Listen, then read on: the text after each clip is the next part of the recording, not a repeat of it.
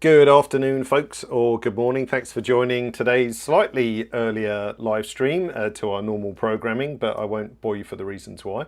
But today is a little bit different because most of this, well, probably all of this, if I can get away with it, will be driven by our product manager, Alex, who I'll introduce in a minute. And then you can learn a bit about Alex, what he does at Capture One, some of the structure of Capture One around that, and then we will get into the subject matter where we really want to spread a little bit of love around smart adjustments, smart styles, style brushes, and a couple of other bits as well.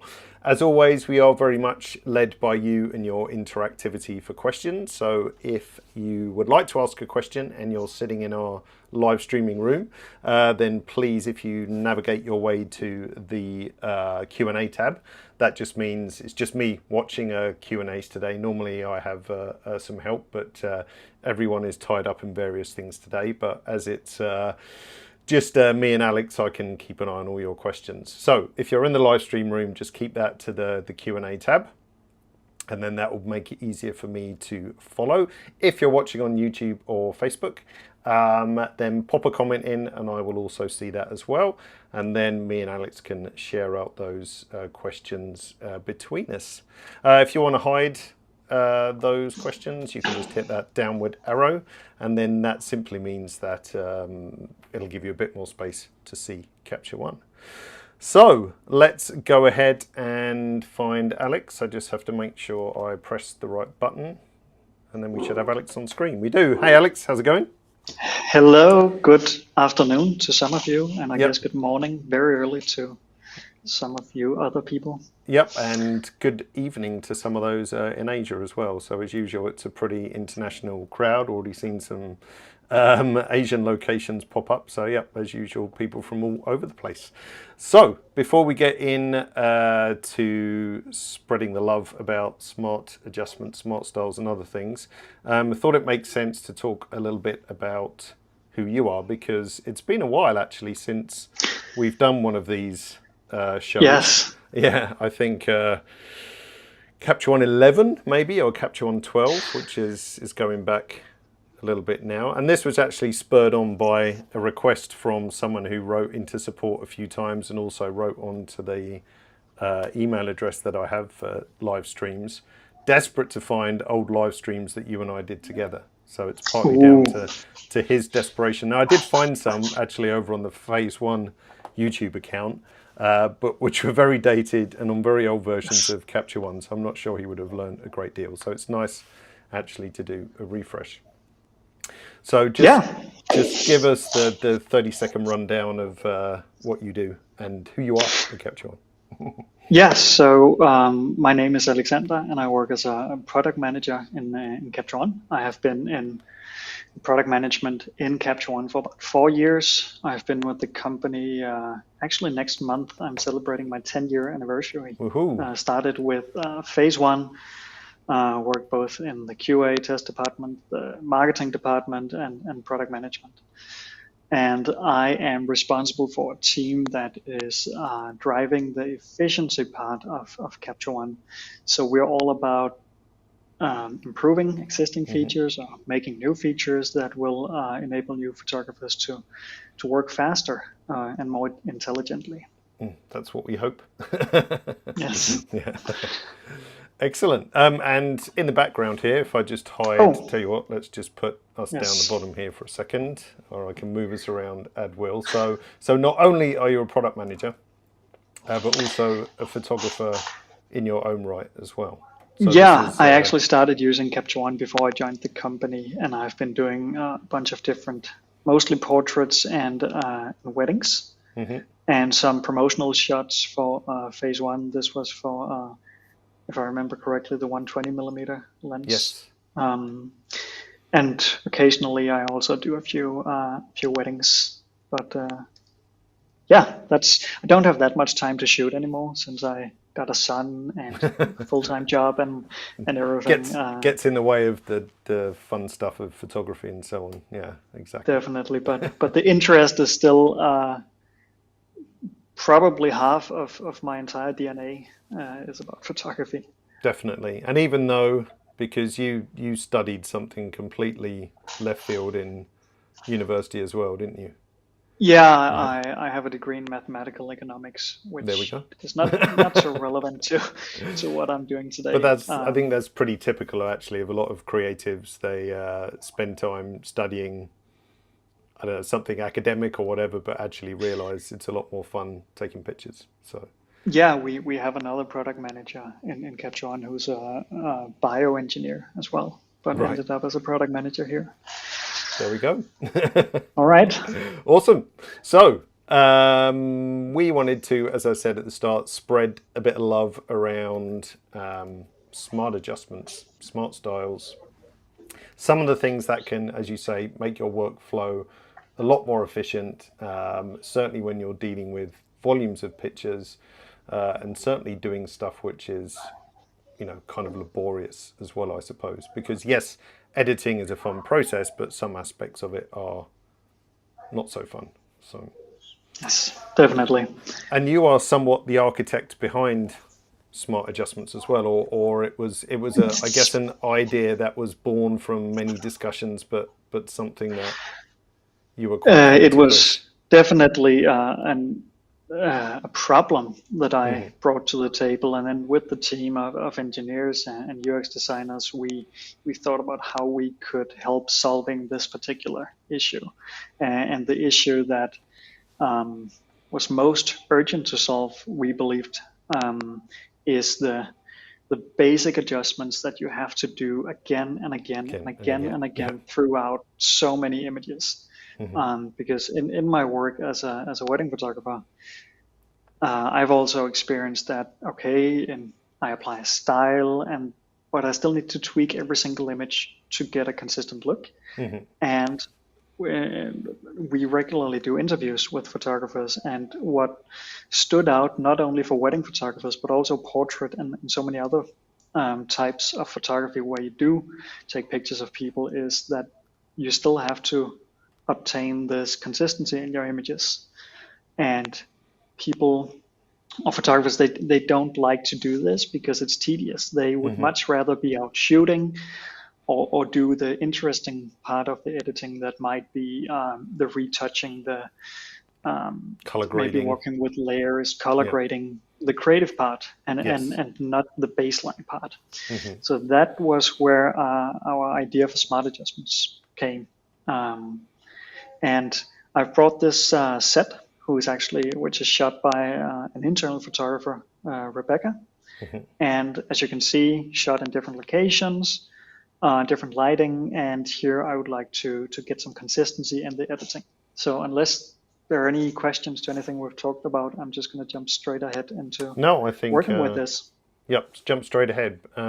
Before you do, I guess, because this also comes up for efficiency, is that you have a smart tool tab, which you've Yes, which you've made. yes. And So for smart adjustments, I don't know how much you already know about the tool, the ones who are watching. let's pretend that it's brand new and they've never seen it before. It's a brand new shiny tool. That's right, yeah. Well, to some people it will be if you've literally just Mhm. bought into Capture One, maybe not spotted it, or you've just upgraded, or you're a long-term customer and hadn't noticed it, then it could be very easily completely Yeah. new. So the idea is that you can make a reference and then you can adjust for now only white balance and exposure. But we Hmm. have seen that combined with other adjustments in another workflow I'll show slightly later in this webinar. This is more than enough to get you 80-90% of the way. Hmm. And I'll show you how.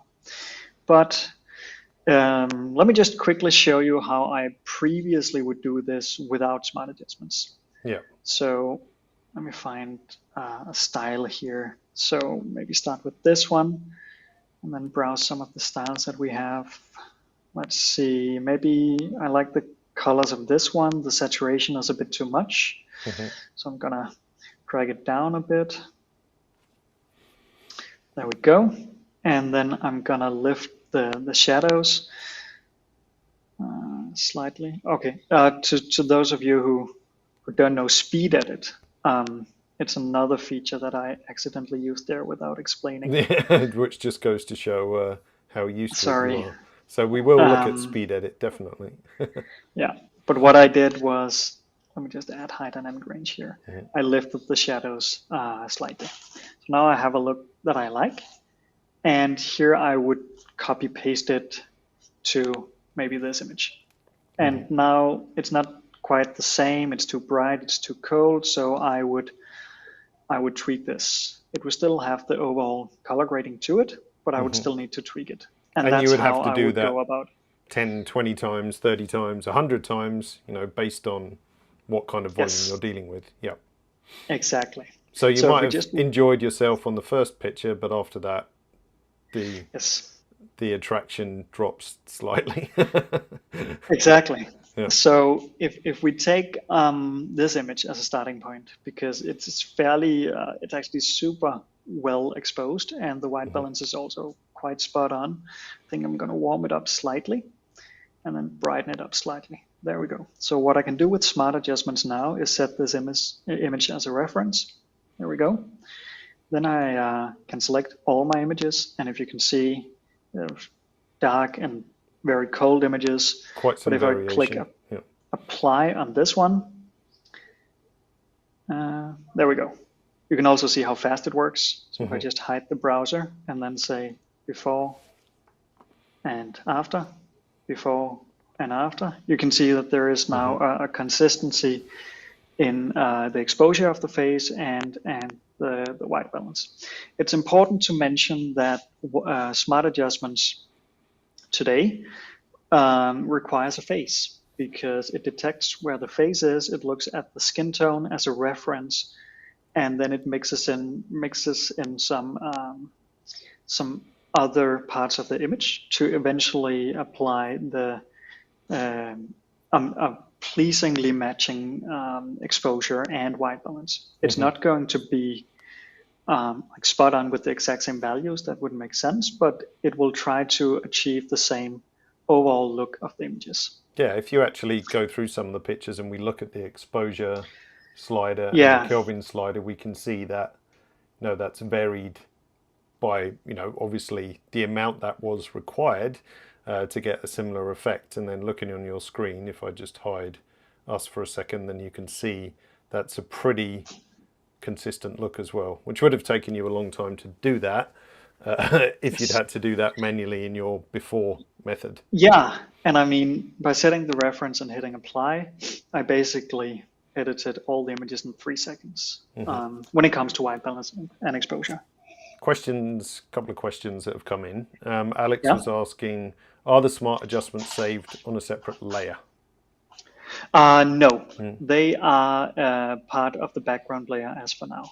But we recently added the feature where you can click here and say move background adjustments to a new layer. So if you would like the exposure and white balance setting to be moved to another layer, you can quickly do that. Yep. Very nice. Good question actually from Sick.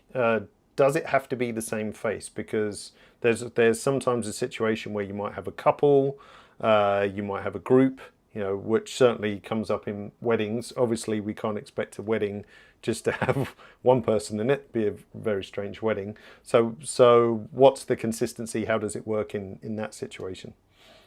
That is a brilliant question. And the answer is that it works across seemingly similar skin tones. But if you have, let's say, dark models, you would need to make a reference of a dark model to use it on other images with dark models. Yeah.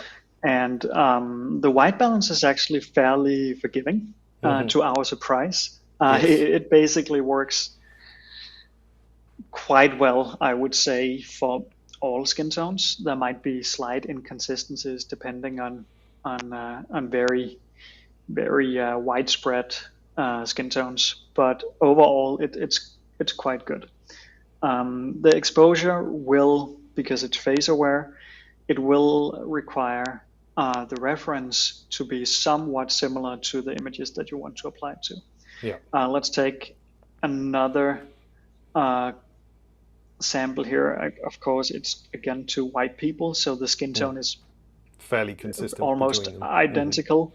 But if I apply it here, you can see again a pleasing exposure and a pleasing skin tone in one click. And that's using the So reference from the previous set yeah, of pictures. Yeah. So totally different person. Yeah.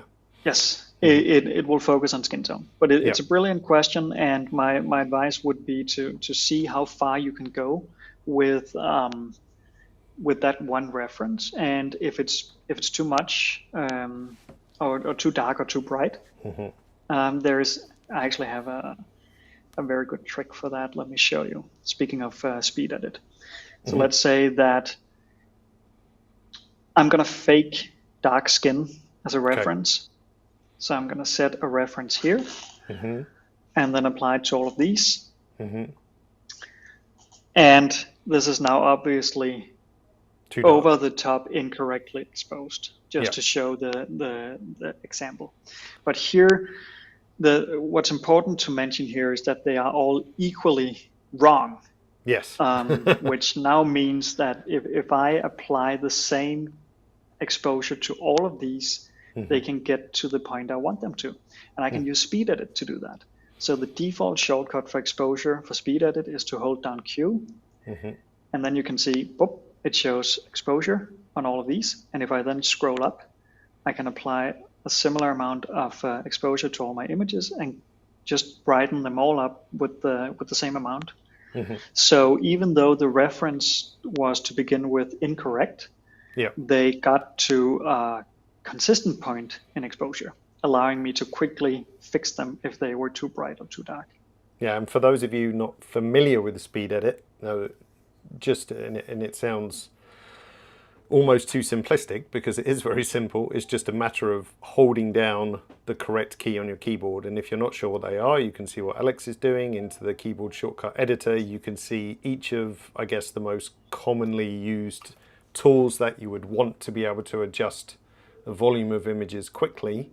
You can see them under speed edit keys. So top row, QWER, obviously the exposure tools, then you move down to high dynamic range, white balance is 1 and 2, and then there's a few gaps if you want to apply speed edit keys to other adjustments. Or of course, if you're not using a standard QWERTY keyboard, I think the French people are probably throwing their arms up in rage as we speak, but fortunately it's all customizable, so you can arrange it as you wish. Yes. I hope that answered the question. Sorry, another question. So Shellaroo says, if I edit a bit colder, the Smart Adjustments tool will make all my images go colder or go to yellow. So they would go colder. They match the reference. Yes. Let us just try. So if, let's say that I want all the images to be colder, either I could use speed edit by holding down 1 and adjusting the Kelvin, or, let me undo that, I could make a new reference by tweaking the Kelvin, say set as reference, and then apply. And then all the images would be colder, like this. But then, again, I know I'm maybe repeating myself, but also good to emphasize that's not the same as a copy-paste. It's the reference is, I want the picture to look like this, use whatever value of Kelvin makes sense to do so. So that could easily vary from picture to picture, like the color temperature outdoors on the dock was very different to the color temperature inside the building, of course. Let's actually try just for fun to copy paste and see how it looks. So if I would just blindly copy paste from this image to the rest, this is the result I would get. So somewhat all right. Variation. That's nice. Good question from Patrick, actually. Was it Patrick? No, Peter.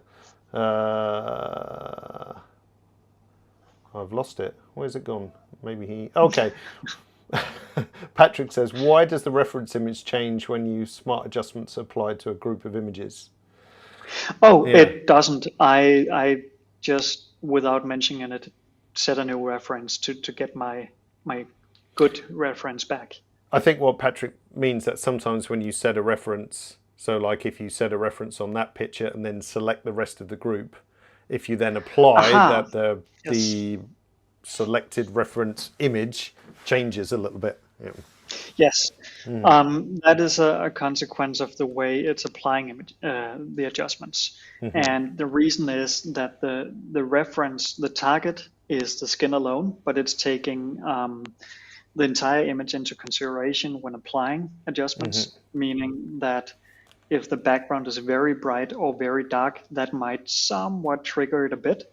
And the reason is that we with the implementation of the first version, we had two directions, a choice between two different things. One Mm. was to get better accuracy on all the target images, and the other one was to get slightly decreased accuracy, but to make sure that the reference will stay the same when you apply it to itself. Right. Yeah. And we believe that there is more value when using the tool that all the other images have a more pleasing result than the reference staying exactly the same when you apply it to Apply it. itself. Yeah. Um, we know that it's a bit confusing and it Hmm. could be something that we could work on preventing. Yep. Um, does it have to be a human face? Any chance of animal faces? I suppose it would have to Good. be a specific animal face, but I think there's too much Right now, variation. it's Yeah. we are a bit racist and only cater to human faces. To human faces, yeah, exactly. Yes.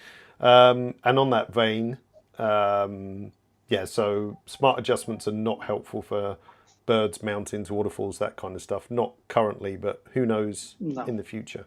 Yeah, Yes. yeah. All right. Sorry, Let me. last one, Alex. Um, Yeah.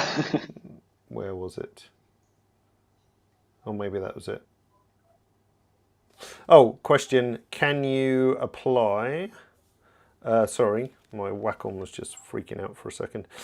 Can we assign a shortcut to apply smart adjustments? Yes, you can. I love all these questions. These are the kind of questions we like, Um, aren't they?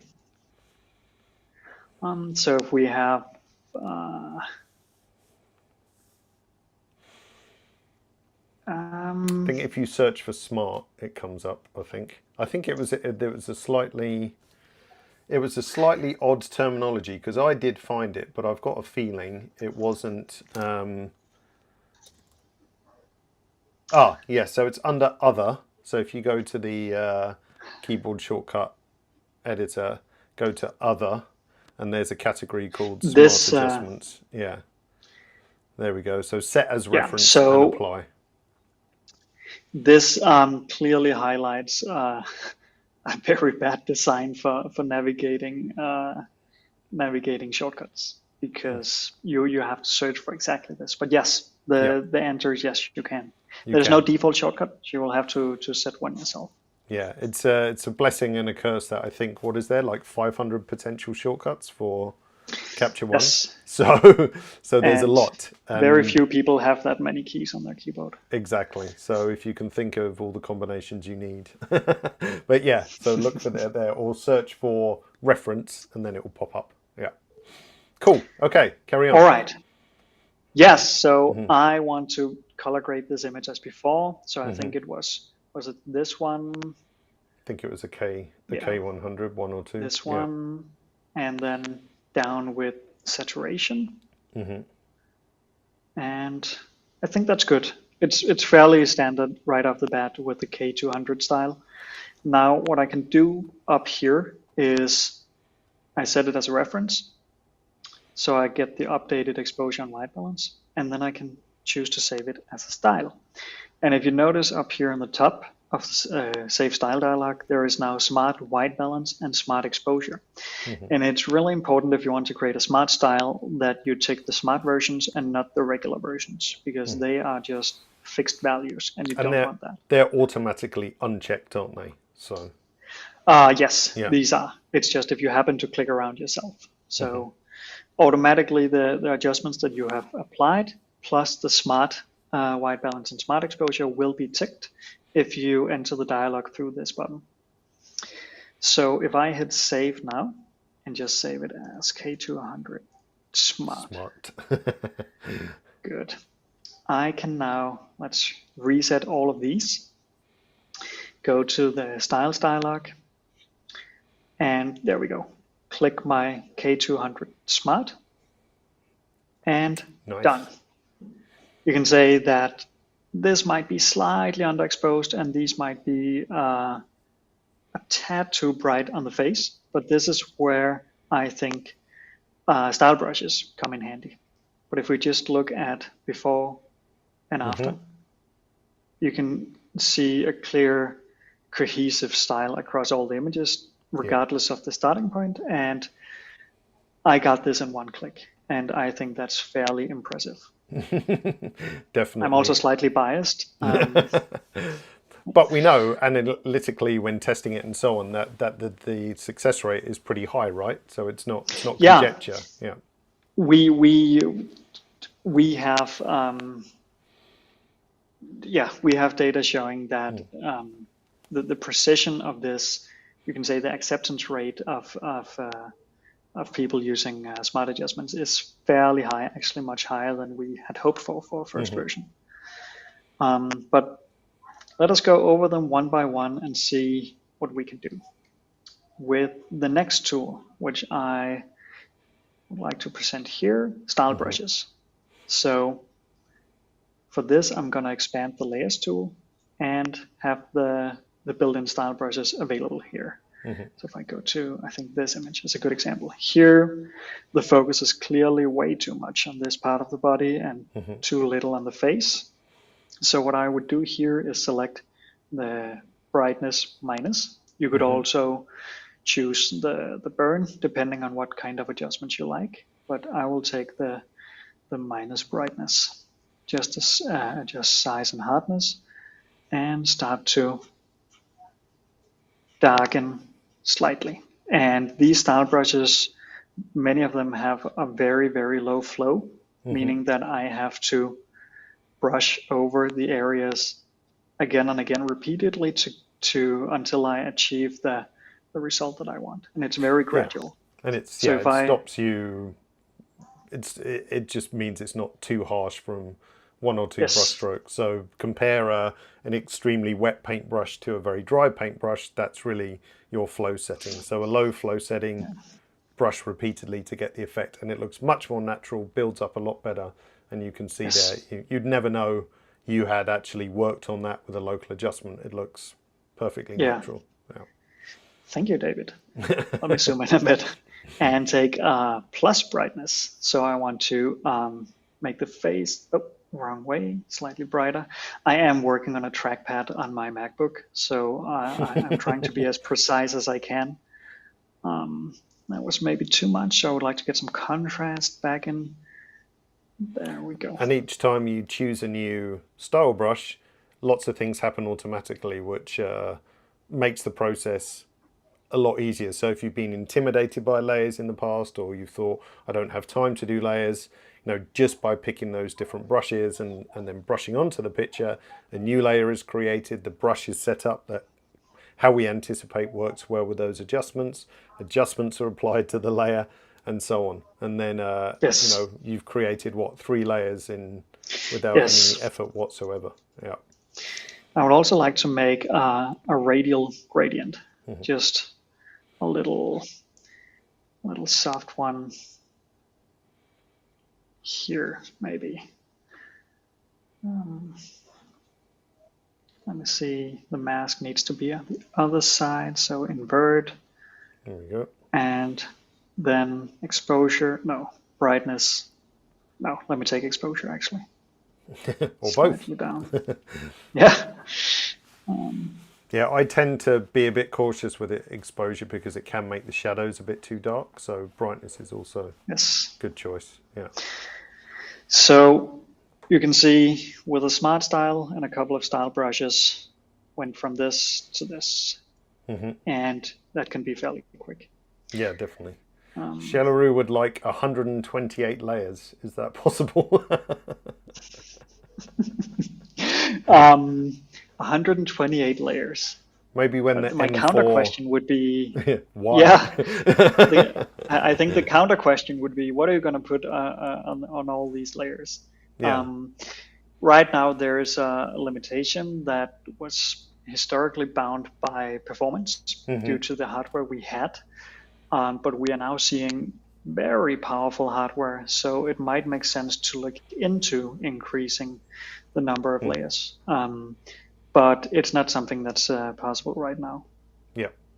Yeah, I think that the original amount of layers when it came in Capture One 6, I think, or was it Capture One 7? I can't remember. It was 6 layers, so we've added, what are we up to now? 16, isn't it? So Yes. yeah, but yeah, again, I suppose it's always, with everything in Capture One, it's always a balance between functionality and performance as well. So Yes. yeah, And you can argue that, of course, you should be able to add as many as you layers wish. as you want, because you are responsible for the performance loss that you might have as a consequence of it. True. But it has been simply an actual limitation of how Capture One could run. Yep. But let me, I've just added a small brightness increase to the face, a highlight recovery to the back. There's also actually color balance warm. So let me warm up the skin slightly. Yeah, she's sitting in shadow there ever so. Yeah. And that was actually too much because she became a bit yellow in the skin. But so I can we have opacity, which decrease the opacity here. Yeah. And again, it went from this to this. Yeah, maybe a tad too green, but it's always a question of preference. Exactly. Carlon is asking, what happens when you hit the layer of 16? Just the plus button grays out, I think, doesn't it? You just can't make it. I think it will warn you. There's a pop-up. Oh, there we go. Yes. And Carlon Yes. says we're also very relaxing. So glad we could be your afternoon relax time. That's great. Shall we have a look at the... Oh, no, you've got more to adjust on. Oh, what about, there was something I was going to point out about speed edit. So when you're editing like a batch of pictures and you don't want it to happen on all of them, we have the much maligned, much loved edit all selected variants toggle, which has got people into trouble occasionally. Yes, there used to be an icon of a stack of squares up here indicating multiple images. That was removed from the default workspace because so many users accidentally hit it without knowing what it does. And there was no consequence of just pushing the button once, other than it switching between orange and gray. Other than that, there's absolutely nothing happening. So they just went on with workflows, but not realizing that they had accidentally turned off this functionality, which is kind of an advanced functionality that lets you keep the selection. Right now I have 8 images selected, but if I do, let's say, color tag or delete or export an image, if I then disable this one, it would only be the highlighted image within my selection that got affected. Which is the primary variant in Capture One Speak. Yes. Should you see that? Exactly. Yeah. And the same is what's happening with speed edit. So let's say that I actually like the look of these, but these two up here, let's say that they're slightly too cold. So without losing my selection, I can just disable this one and increase with speed edit the Kelvin by clicking the images one by one. Like and this. then keeping them all up on screen means you can much better evaluate, okay, do they match? Do they look in sync and so on? Or like even bottom, second from the bottom, the highlights are maybe a bit too strong. So I can hold down D for wide and A for highlight, drag it down like this. This one might be slightly too bright. So this is a very, very easy way of, you can basically, let me just show you, basically work in full screen like this. So you can select your images and then achieve consistency by using speed edit like this. So very, very efficient workflow. Definitely. Let me just show you. Before and after. Yeah. So not very consistent to very consistent. Yeah. Yes. Without having to individually tweak, and this is 8 pictures. So if you did have to individually tweak those, wouldn't be too much of a Yes. headache, but multiply that by 2 or 3, or even when we get Yes. to true volume, then it becomes less exciting. Yeah. 500 in a wedding or something, then it's a Yeah, lot of work. yeah. One important thing to mention is a smart style will appear in the styles tool like any other style here, meaning you can apply it at import.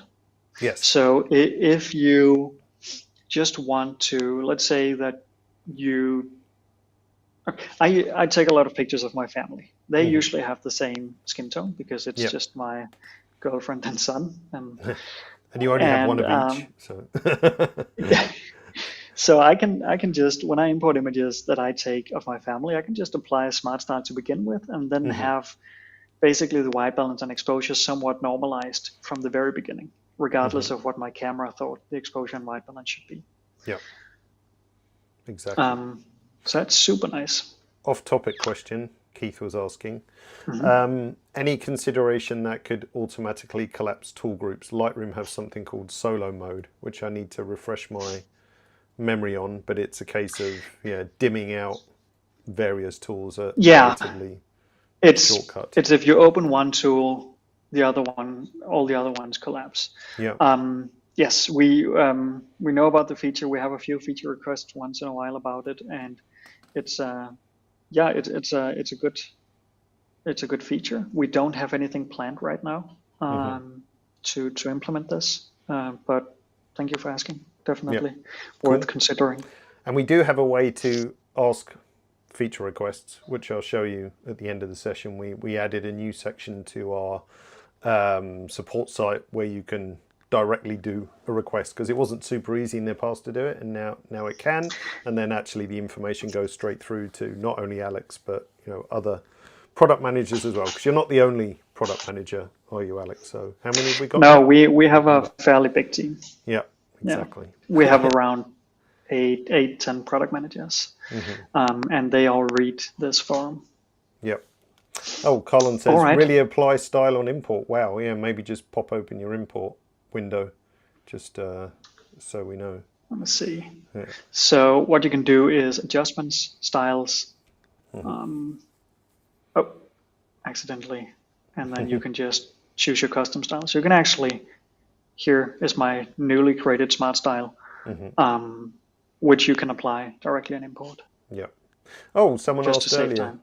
I forgot to ask you. Smart style, smart adjustments should work on black and white, shouldn't it? No reason why it doesn't. Yes. Yeah. You can say the white balance is of course a bit. Yeah. It doesn't matter, but exposure definitely works. And you can also make black and white smart styles that just tweaks the exposure to the level you want. Yeah, exactly. Cool. Let's let me show you the versatility of it, because granted the skin tone is kind of the same, but we have some beautiful I think it was a mock wedding in Iceland. Yep. which is captured by our very own David. Once in a while I take some pictures. Yeah. So let me zoom in a bit so we get. And this was over the course of like those pictures at the top. That was around, I don't know, 8 o'clock in the morning or 7, I think. And then the one just actually, if I hide our faces for a second, the ones at the bottom right, that was right at the end of the day. So these span a whole range of different color temperatures in terms of clouds in and out, sunrise all the way through to the middle of the day to sunset. Yes. So. And their faces are quite small as well, because I think we could easily say in the previous set, oh, that's easy because the face was really big, easy to make a calculation and so on. So yes. But let's say that I apply I think it was actually a K100, not 200, that I made the style from. It doesn't matter. It's just a naming flaw. But let me show you how it would look if I just applied the non-smart version of the style. So this would be your starting point by applying the I'm almost inclined to calling it a dumb style. But, dumb style, yep. But taking our newly created smart style and applying it. Pretty close. Yeah. It's consistent. I would say for my taste, this is too green. So if I just open the white balance here, you can see tint, if I'm increasing it a bit and increasing Kelvin slightly. Oh, there we go. I am editing 12 images at the same time right now. And decreasing saturation a bit. So let's say this is now the look that I want, my new smart style. So you can see before and after, and this would again be in one click. Yep. So we, when we got the tool working to a stage where we could do this, we were actually surprised how far you can come with just exposure and white balance being smart. Initially, we thought, oh, that's definitely not enough for a feature. Yeah, because when I remember when we first spoke about this, and when we first saw very early iterations, and then kind of from an early iteration to, okay, this is what we think it'll be like for the first iteration, and I think you and I were both a bit like, this is not good enough if it's only exposure and white balance. But yeah, the proof is in the pudding, really.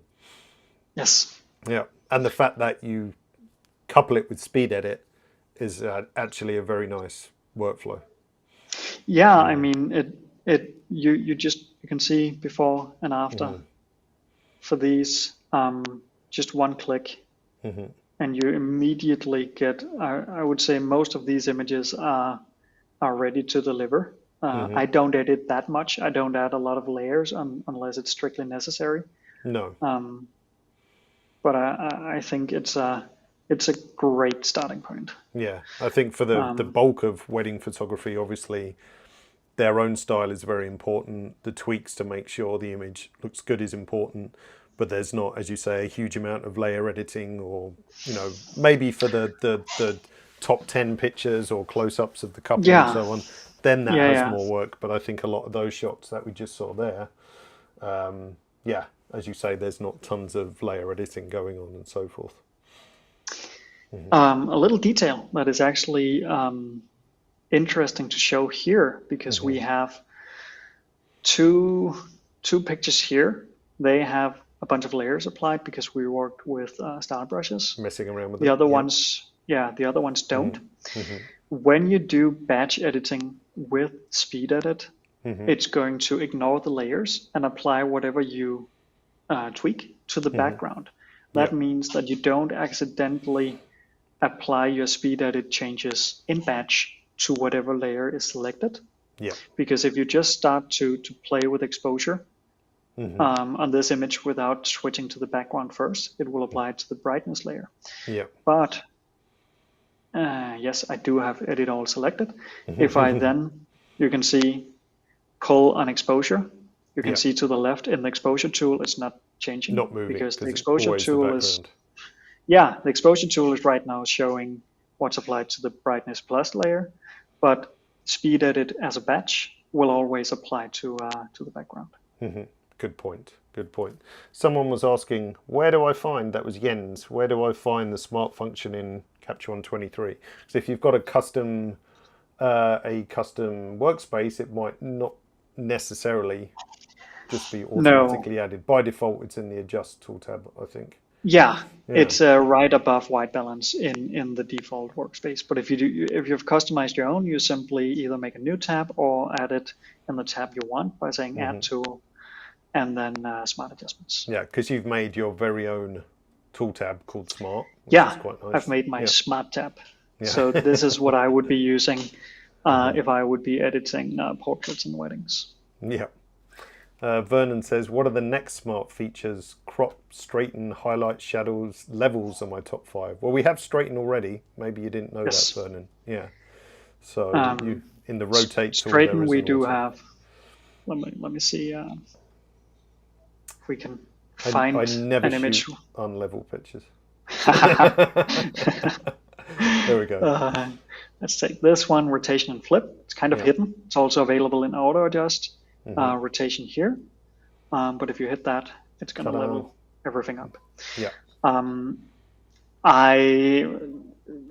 There's a limit to how much I can share, but regarding smart adjustments, what we're working on for that, for future versions, is to make sure that the consistency is even better, because we've heard from users using it that there's a lot of potential, but either they are missing additional adjustments, like for example levels, or they get results that are too inconsistent even between similar images that should theoretically get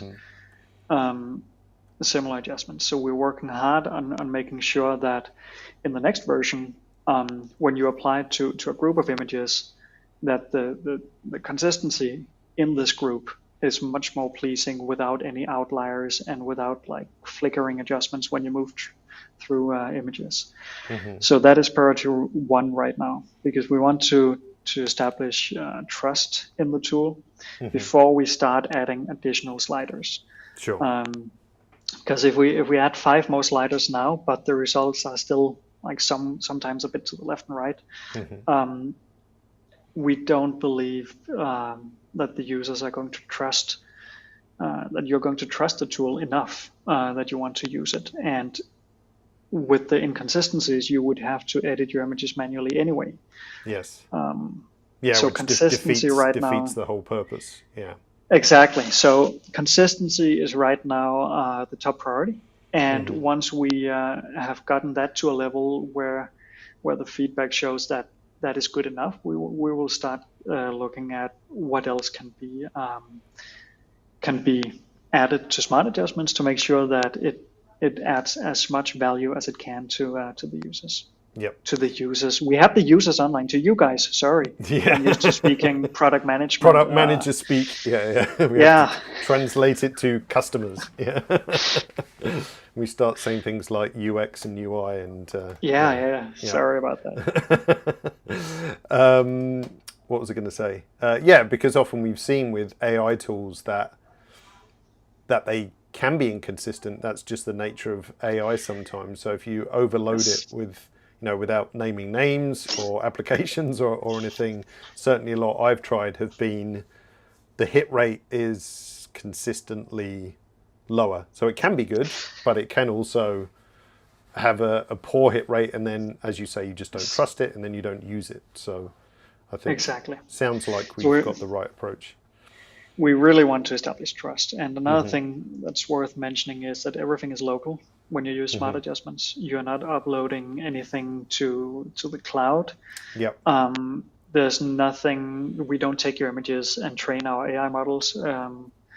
So as of now, everything is local. You can use it offline to the extent that you can use Capture One offline. You, of course, need to validate your subscription every, I think, 30 days or something. Yep.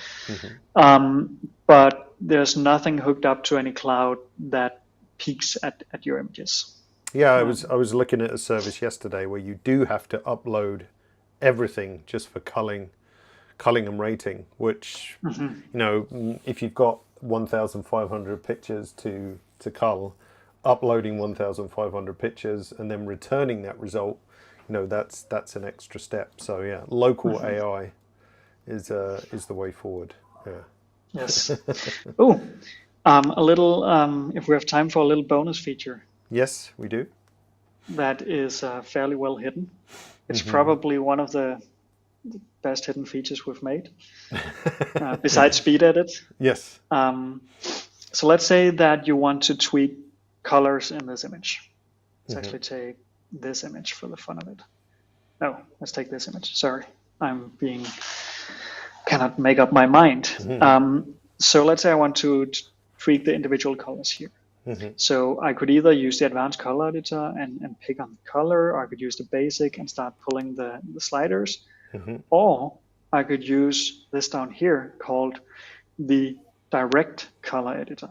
And when you have selected that, you can click here, and then you can see what does it affect when you click and hold, click, hold, and drag. Drag, yep. What does that affect? And you can see here, if I drag horizontally, it's going to affect hue. Vertically, it's going to affect saturation. And if I hold down Alt or Option on a Mac and drag horizontally, it's going to change the lightness.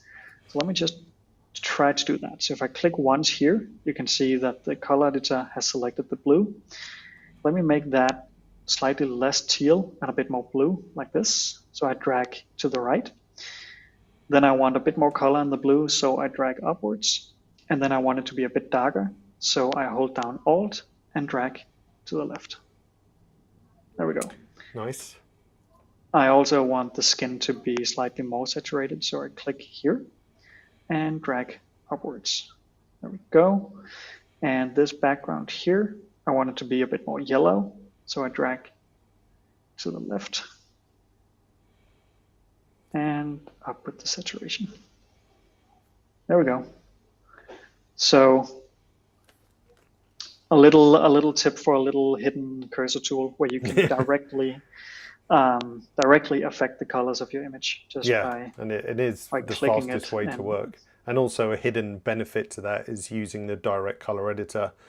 It will select, or potentially can select, more than one color patch simultaneously. Yes. Yeah, so we've got 2 color patches picked there.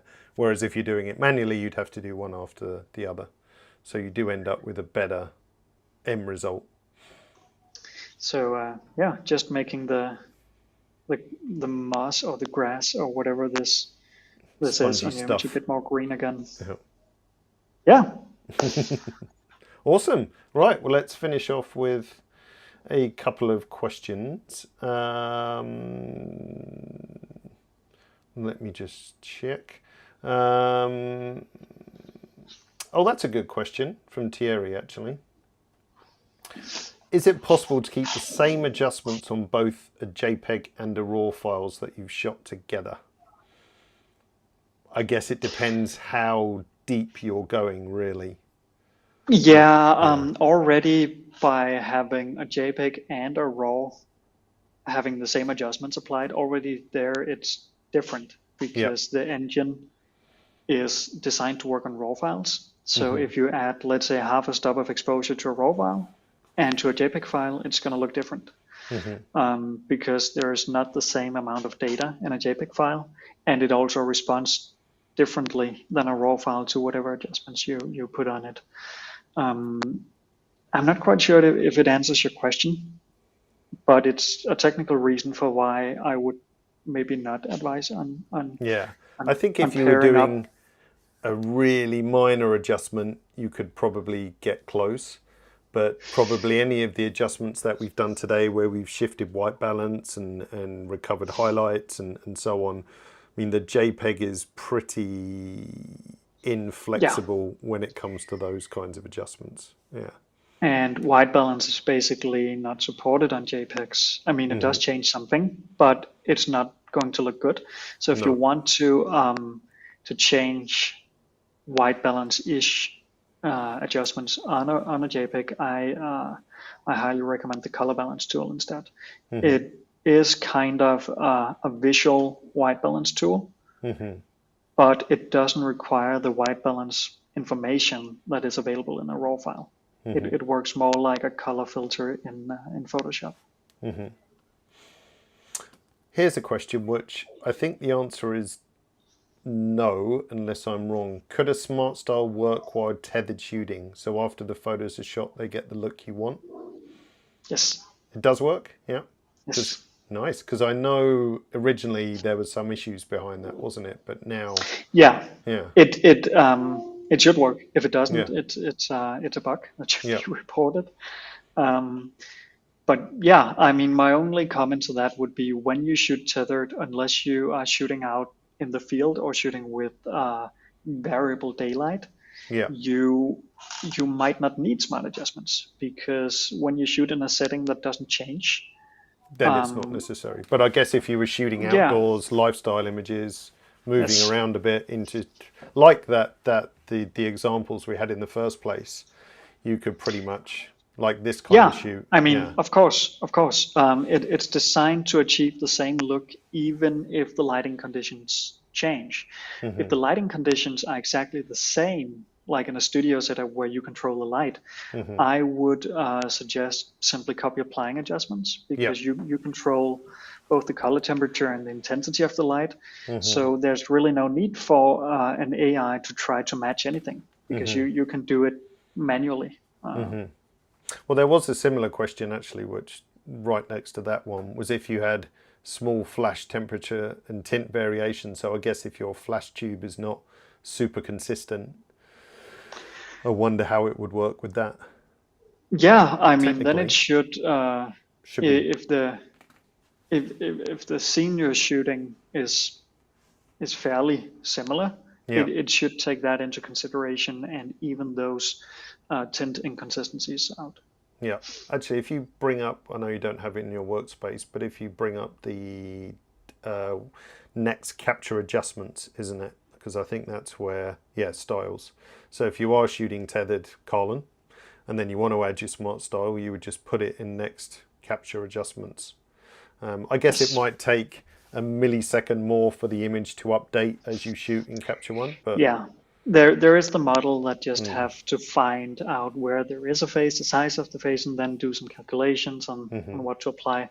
But the it's pretty image will speedy. show, Yeah. I think, with the same speed as if you didn't apply it, but the adjustments might be like half a second delayed. Yeah.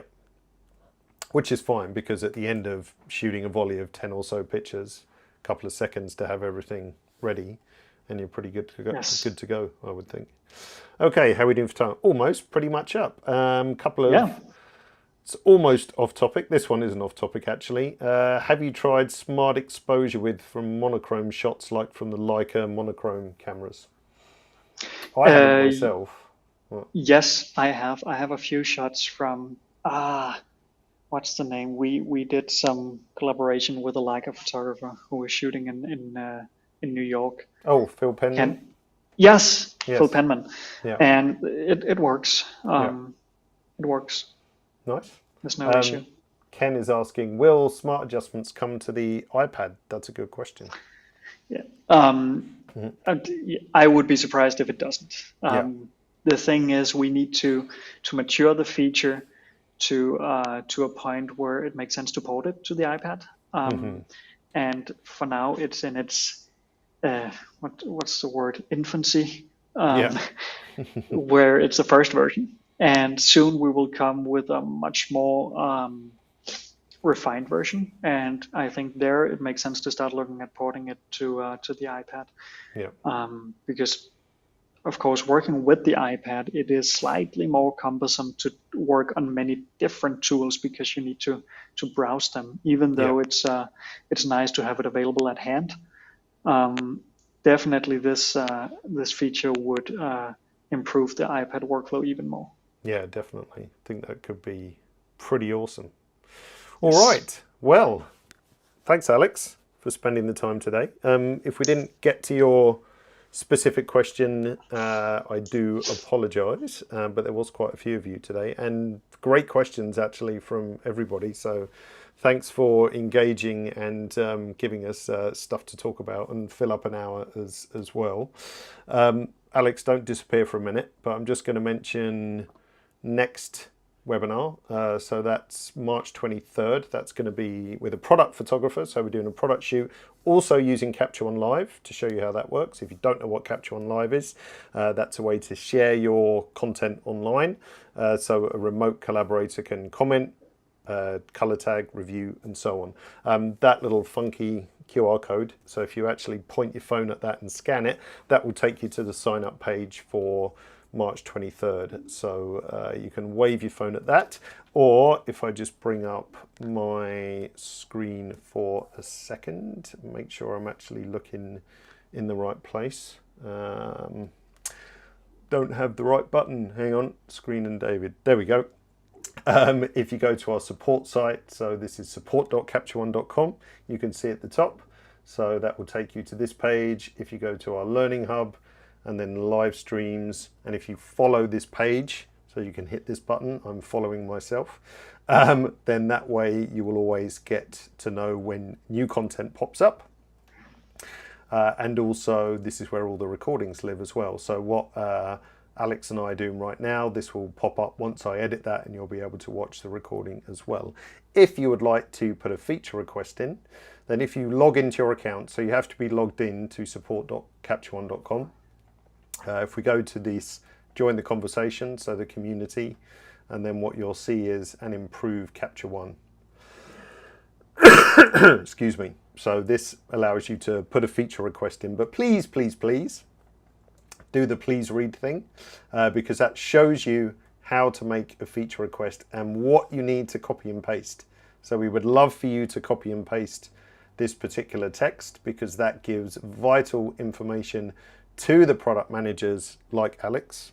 Let's bring Alex back, because it's all very well saying, I would love if Capture One had a completely bright purple interface or something like that, which is fine. You might have a very valid reason for wanting a completely purple interface in Capture One, but we have to know that. So it's really useful for you, Alex, to have the context of a feature, and also, Yes. you know, what kind of workarounds or how are you working around it at the moment, rather than just say, I'd love to have a purple interface. So to just come with a brief explanation of why it's important to us product managers, again, building on what you just said, David.